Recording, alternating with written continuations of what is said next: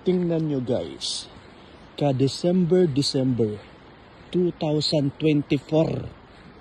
walang ka-snow dito sa Finland. Imagine, last year, sobra yung snow dito. Halos hindi ka makalakad kasi ang kapal ng snow. At saka maraming nag-cross country. Pero ngayon, look, parang spring, di ba? Mataas na araw na lang yung kulang.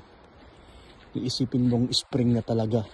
Reporter yan. Pero, kidding aside, talagang medyo nakakasad na walang snow.